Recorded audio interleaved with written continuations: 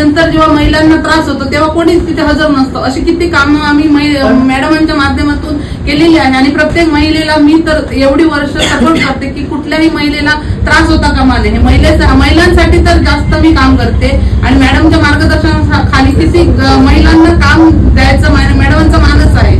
हेच ध्येय आम्हाला पुढे घेऊन जायचं आहे.